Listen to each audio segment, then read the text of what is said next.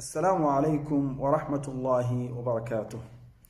As part of the favors and bounties of Allah the Almighty upon the individual observing fasting, if he forgets and then eat or drink, then Allah the Almighty forgives him for what he has done.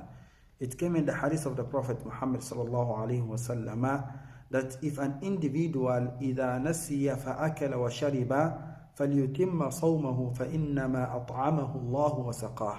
If an individual, due to forgetfulness, eat or drink, then he should complete his fasting.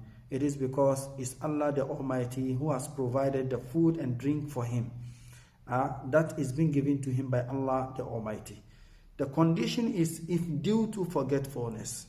But do not say, I have forgotten, and intentionally you go in to take anything and you say it is God the Almighty who has provided it for you.